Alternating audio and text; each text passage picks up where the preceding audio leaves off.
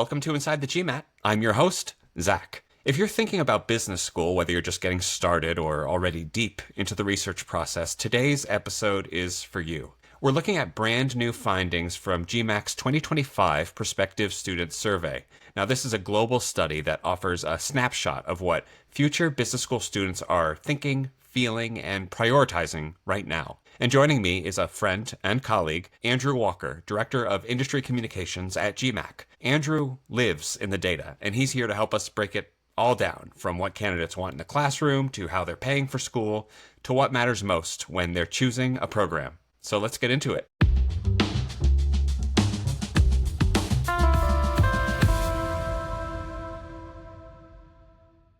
Andrew, welcome to the show. Hi, thank you for having me. Thrilled to be here. Yeah, thrilled to have you. So let's just jump right into it. Andrew, can you just explain what the Prospective Student Survey is for folks who don't know and who responds to this survey? Sure. So the Prospective Student Survey is part of a broader survey series that GMAC does. We run it annually. And so for the 2025 report, which just came out in April, we ran it for the full calendar year of 2024, so January 1st to December 31st. We talked to 5,000 prospective students, so folks who are interested in going to business school. 93% of them say that they want to enroll sometime within the next 2 years. They're in 150 different countries, so very much a globally representative sample of folks who are interested in attending business school. What should a candidate listening to the episode today take away from knowing this data comes from those 5,000 people who are actively researching and applying to business school? So I think what's really helpful with surveys is, and this one in particular, is your listeners will be able to see themselves in the broader picture of what's happening. And so it's not just part of our prospective student survey. You know, I mentioned our full survey series earlier. So we're talking to prospective students. Annually, we talk to employers about the types of skills and hiring and salary decisions. And we talk to programs about whether applications are up or down. So we're really trying to capture the full life cycle of someone who is interested in attending business school, going to business school, and then eventually getting a job after business school. And so I hope your listeners will be able to see themselves in this broader picture. But I always say, as a researcher, you know, a survey can only get you so much. So it's helpful for that, but then there's so much richness in any individual person's experience. And having both, I think, is always really helpful to really get to the truth of what's going on. Definitely, and I appreciate you saying that and that framing. So in the report, there are a few major topics of interest, I think, to students, of course. And one of them is probably to no surprise, AI. AI is everywhere. And this year's report shows that 46% of candidates say it's essential to their business school curriculum. What kind of AI experiences are they actually looking for? Yeah, so AI really is the question of the day, isn't it? So it's something that we've been tracking for a while, though. So over the past 3 years or so, we've been seeing the interest among business school students steadily increase. And so in the past year, we were like, okay, well, what exactly do they want to do with AI? So we added a survey question that tried to get to that. And so what we found is that what students are really interested in are these hands-on experiences with AI. So less theoretical, not even using AI as much as a way for programs to personalize their learning journey. They just want to get their hands dirty with AI in the classroom. And in particular, they want to use it to develop their strategic thinking and decision making. And that's something that we see aligns with employers as well. That's really what employers are expecting students to be able to do with AI following business school when they join their organization. So it's encouraging to see that alignment there. So you mentioned employers. And of course, when we talk about employment, we think about skills, and we think about business school, we think about the skills that you learn in the classroom. So as it relates to skills, in the report, both candidates and employees agree that strategic thinking and problem-solving skills are essential. However, there are employers who are placing more emphasis on quote-unquote human skills. I imagine that this isn't new, but also maybe a response to the rise of AI. What are human skills, and can you talk a little bit about that gap? Sure, yeah. So I think you're totally right. I think those things are definitely related. You know, the rise of AI, the importance of still, having human skills, which are things like emotional intelligence, coachability, adaptability, grit. And so I think what we're seeing is employers are saying, hey, these skills are important to us when we're making our hiring decisions, But on the candidate side, we're not necessarily seeing folks say, hey, I want to go to business school so I can develop my teamwork skills. And so that's not to say that they're not developing these human skills, things like teamwork or their emotional intelligence. Of course, they are developing those things as they go through a business school curriculum, but they're not necessarily going to go into an interview when they're leaving business school looking for their next job and say, oh, I actually, have really strong grit. Here's why. Even though that's something employers would want to hear. And so I think that's a really important role that business schools can play. I think they're already developing a lot of these skills through their curricula, but I think explaining to their students, this is something that's actually going to really make you stand out to employers, something like coachability and how you can talk about those types of stuff. I like that you mentioned this, not just because, of course, it's in the survey, but these are questions that candidates can also reach out to schools and ask when they're looking at programs to apply to. Say, what sort of skills are you looking for in your program? And that freedom to ask questions, I hope everybody takes seriously when they listen to this. But I imagine that now it's important that candidates need to choose programs that develop both that AI literacy and those human skills to set them up for career success. And the only way, in my opinion, that you can really choose those programs is to reach out and ask. Right. No, absolutely. And one other thing I will say, just while we're talking about skills, and you mentioned it earlier, there are these gaps, around human skills. Employers are making hiring decisions about them more so than candidates are making where they're going to go to school decisions. But the skills that are most important to employers and candidates are problem solving and strategic thinking. And so I just think it bears repeating that that's what business school curricula are based on. So there is a lot of alignment between what employers and candidates are looking for already. But I think you're right that, addressing sort of this, perception gap around human skills, as well as bringing in more of the AI and technology literacy, I think that sort of human skills, core skills, technology skills, that's really the sweet spot of what employers are looking for from folks out of business school. The next major category that I want to bring up from the survey are responses around money. Yeah. Money is a big one, and it encompasses funding and scholarships, and nearly half of candidates said cost is one of the top 3 barriers to pursuing business school, which I can certainly relate to. What else did the survey reveal about how people are planning to pay for their education? Right. Yeah. I mean, I don't think it's surprising to you or me or anyone listening that cost is, an important consideration when someone's thinking about going to business school. And, it's something that's really cross-cutting. It's a global survey, right? 5,000 responses. And so we look at it, by region where, different, citizenship, by gender, by age, generation, all of these different ways. Cost really is the thing that folks are thinking about. So we try to get into the weeds on that. And so we ask this question that's basically, if we give you 100 points, how are you going to allocate different funding sources to fund your full degree? So it's things like grants, scholarships, fellowships, parental support for some folks, personal earnings or income, and basically a couple different categories. How are you going to fit it all together to finance a degree, in your planning?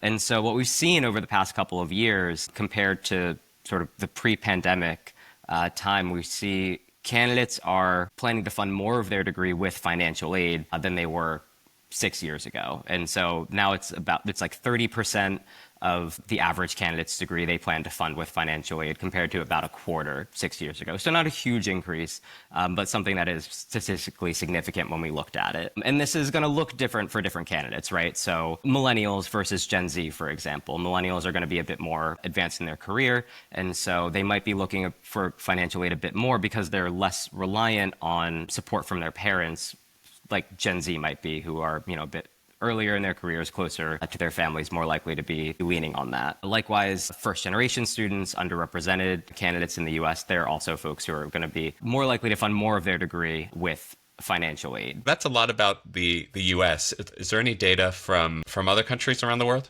Sure, yeah. So on financial aid specifically, we do see folks in Europe, for example, they tend to be a bit less reliant on financial aid, going to fund less of their degree with financial aid compared to students in the US or somewhere like India. Perhaps in part because tuition tends to be a bit less expensive in Europe, depending on where you are. And so candidates just tend to be a bit less reliant on financial aid there. You mentioned that over 6 years, it's not up much.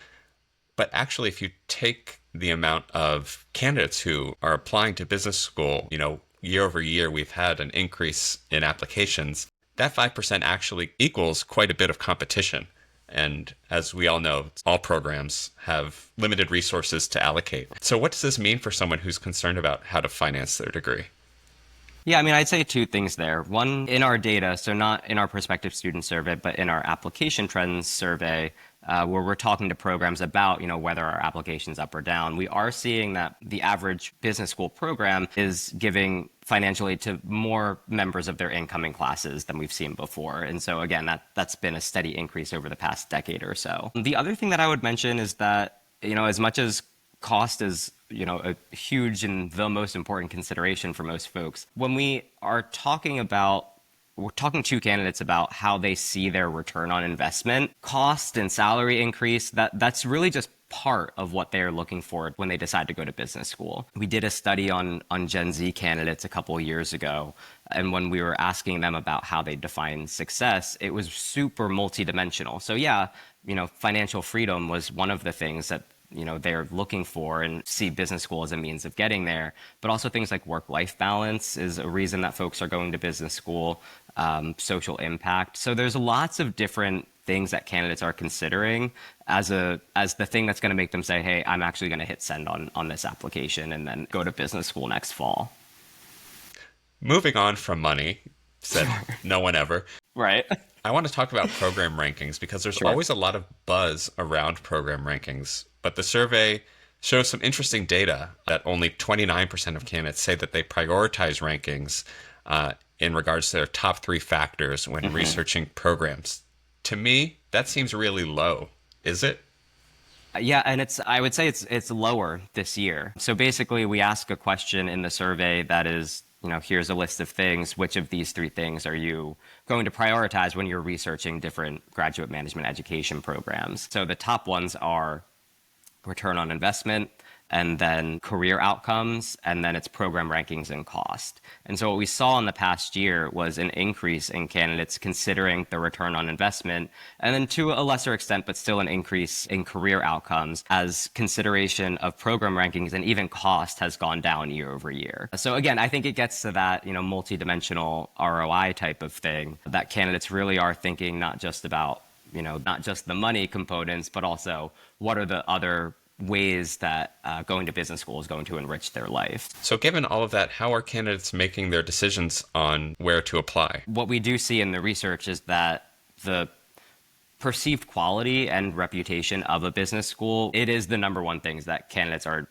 thinking about when they're saying, am I going to apply to this program or not? And then it is the financial aspects that come after that. So they're sort of separate but related questions. What are candidates researching and then how are they making their decisions? And so I think we're increasingly seeing them researching what the return on investment and what the career outcomes are. But things like perceived quality and reputation of a business school still is really important, as are things like the cost considerations. So I think both can be true. And I think it really gets, again, to this, sort of multi-dimensional thing. Perceived quality can mean a lot of different things. It's not just program rankings. It's not just cost. It is how are you going to help me achieve my goals, both financial and personal and professional. So when it comes to researching programs, this was another interesting data point from the survey, that candidates listed school websites as the number one source of information when they're researching programs, which I thought was really interesting because to AI, right? There's so much research that's being done with AI, so much so that these deep research functions are just now being implemented in ChatGPT and Claude and all of them. So what is the data saying about this? What does this mean? Yeah, so this was, I would say, personally and professionally encouraging to me. So in my life before GMAC, I did manage a school website at a university. And so knowing that school websites are the number one source of information about graduate management education for students was very encouraging. But I think it gets to this idea that candidates are looking for direct information straight from the source. And so I think going to this sort of more formal channel, I think is important to candidates as they're making a really big decision. And so they want to know about, what are the financial aspects, but also what's the return on investment? How are they going to see themselves in a school's program? I think that's the kind of stuff that they are going to get from a website. But that's not to say that they're not looking to informal sources of information as well. So right behind websites is conversations with family and friends. That's how folks are getting information about graduate management education, and then social networking sites right after that. So I think, looking at both of these channels, more formal coming from a school, but also informal coming from their networks, both in person and digitally. And of course, we can't talk about these program rankings without also talking about the types of programs. So looking at the data, the MBA is still the most preferred business degree overall, but there seemed to be growing interest in specialized master's programs. Yes, I think this is really interesting because I think, the MBA is sort of the degree that you think of when you think of business school. Maybe, I don't know. It depends it really actually does depend where you are. So if you're in the US or India, that you're more likely to think of that. But if you're in, Europe or the greater China region, you might be thinking more about business master's programs when you think about graduate management education. But globally, when you look at it, more than half of candidates, if they have to pick one degree, say they prefer to get an MBA. But in the past year, we have seen about like an 8-point increase in preference for business master's programs. And so it's not completely out of the realm of what we've seen before. It's a similar rate to what we saw pre-pandemic, but the year-over-year shift was quite significant. When you look under the hood, though, that's where I think it's really interesting. So I think the most meaningful way that we've seen this shift is happening by different age groups. So among 23 to 30-year-olds that's where we really have seen preference for MBAs stay the same. And that makes sense. That's folks who are about to get an MBA or really in the pipeline to get an MBA. Where we saw bigger shifts towards preference for business master's programs are among folks who are still doing their undergraduate studies, as well as candidates who are older than 30. And so I think that you also, you get a sense that that's, those are sort of the target markets for business master's programs as well. A lot of these business master's degrees are for folks who are pre-experienced. An MBA, you think you might want a couple of years of experience to get the most out of it, versus these business master's programs are designed for folks to develop themselves in the program even before they get any work experience. So it's interesting to see sort of business schools change a bit. I think there are a lot more business master's programs today than there were 10 years ago, and in increasingly specialized things. So like a master in climate finance, for example, I think is the one that we use in the report. But we're seeing candidates take notice of this. They're seeing that they can really focus in on the thing that they really want to learn at the time when they want to learn it. So there's a lot going on under there that I think is quite interesting. There's also some interesting data here about the program format or delivery that feels like a really big reversal over the previous year. Can you talk more about that? Sure, yeah. This was something I was actually pretty surprised to see. We ask about different program modalities. So do you want to be, full-time in person? Do you want to be hybrid? Do you want to be fully online? And we've asked about it for years now. And so what we've been seeing is still strong preference for in-person full-time studying, but it's been declining pretty much since the pandemic.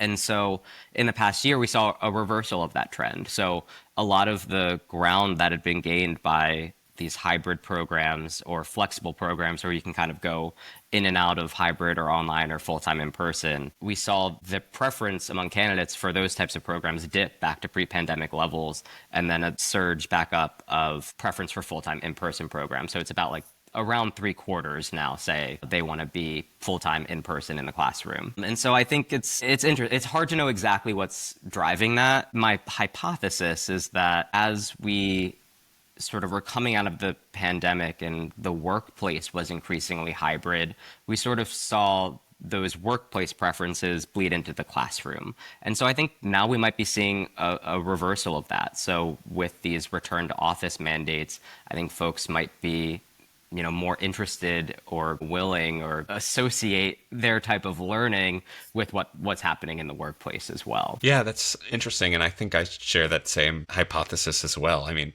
when I first read that, it seemed very much in conflict to anecdotally what I read online, which is that a lot of employees sort of decry the return to office mandates, but really we're talking about younger people and younger Yeah. professionals who maybe they're craving something a little bit different as they become adults, Yeah. 5 years after the pandemic.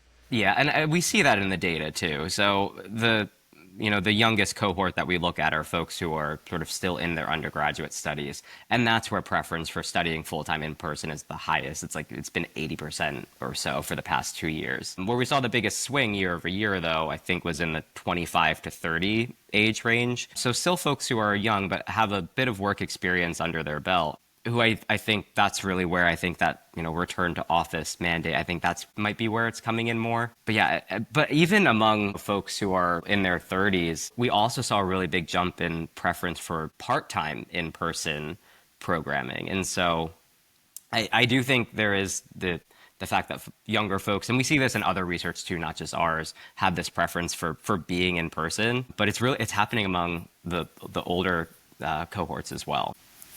So for someone who is unsure really what they want, do you have any recommendations how they could use this data to help them sort of reflect on what's right for either their career goals or for their lifestyle?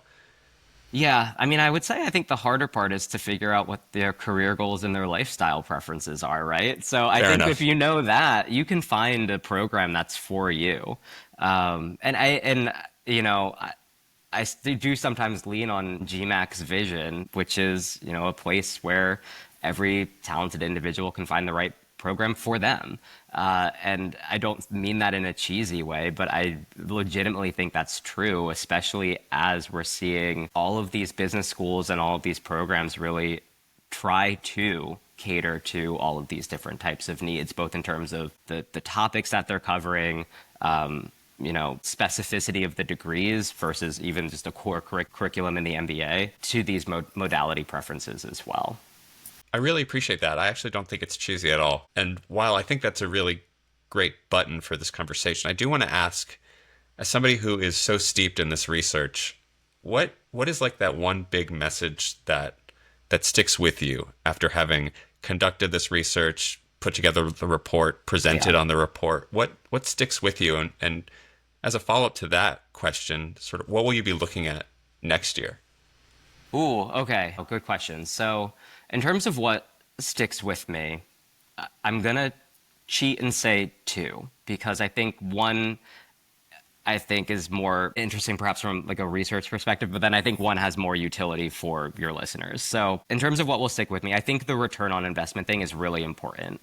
I think we've been seeing it across different types of research that we do, but also again, external research as well. And I do think it gets to this fact that candidates are making decisions around lots of different factors that they're going to benefit from business school. So that's the research one. I think the utility one really is around skills. I think if you're someone considering business school, you should go in knowing that you are really going to sharpen your problem solving and strategic thinking skills, and that's going to be the stuff that employers are most interested in you having. That's what we see across our different types of research, but the extent to which that you can complement that with just some savvy around technology. You don't have to be a software engineer, but you should be able to figure out how to use technology to navigate change within an organization. And likewise, as you're navigating that change, you should have, some stronger emotional intelligence and coachability and adaptability. That skill set is really going to be what you're looking for as you're coming out of business school. And then in terms of what I'm going to be looking at in the coming years really is around geographic mobility. I think we're seeing candidates in India and to a lesser extent Greater China wanting to study closer to home. I think we've been seeing some interesting stuff happening with visas in places like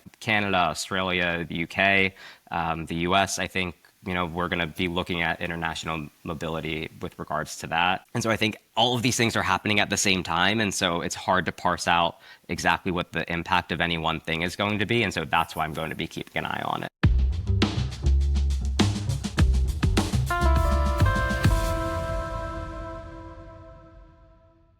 All right, if you want to explore the full 2025 Prospective Student Survey yourself, head over to gmac.com/research. You'll find all the details we talked about today, plus much more. And if you enjoyed today's episode, be sure to follow or subscribe Inside the GMAT on your favorite podcast app. Leave us a review or share it with a friend or colleague who's also thinking about business school. I'm Zach at GMAC, and this has been Inside the GMAT. Until next time.